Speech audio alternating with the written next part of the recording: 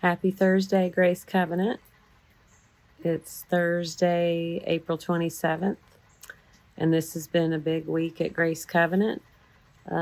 We've started our sanctuary renovation, and it is amazing how different that space looks. We've had some wonderful crews of folks in there helping to move pews and move chairs. There's been a wonderful just symmetry and synchronicity to how all the pews have found homes, all the chairs have found homes, and the space is now open for what's next. It's cleared. There's space now for something different to happen. And if you're going to be at church on Sunday in person, you might want to peek in there and just feel it, see and feel how it feels for the space to be cleared and open for something new and different. I'm reminded just over and over again this season of Easter and the way this spring has kind of had jumps and starts with the weather, that with every ending is a new beginning. And with every new beginning, there is this kind of beginning stage that is it's kind of awkward. It's kind of hard. We're disoriented. We don't exactly know where we fit in that new beginning. I think of all the times that my family has moved. We've moved so many times. I've counted it up once. I can't remember how many it was, but it's a lot. And each one of those moves, there was just a period of disorientation and quiet for me, just real humility as I got my bearings in a new place and realized that people didn't know me in that place. I didn't know the place. I didn't know the way around the place. And I would always have a ritual of just going out and wandering around. I would get lost. Sometimes getting lost is the way to kind of find your way.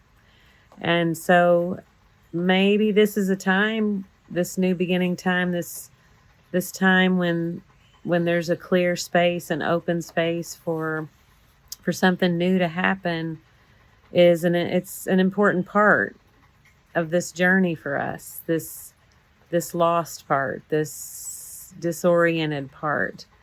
And I just invite you to notice how those times feel for you, how the times of disorientation, the times when the new thing hasn't happened yet, but the old thing has passed, and you're in this in-between time. What comes up for you? What's hard? What are you afraid of? What do you need? How do you take care of yourself? How do you create the conditions within yourself to be open to what's next?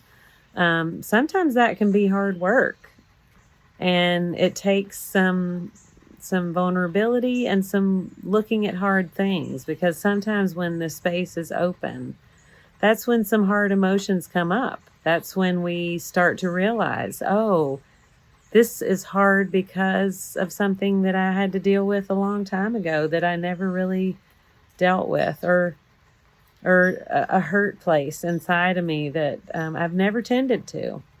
And so I pray for self-compassion for you, for me, for all of us. And I also pray for that kind of spiritual wisdom.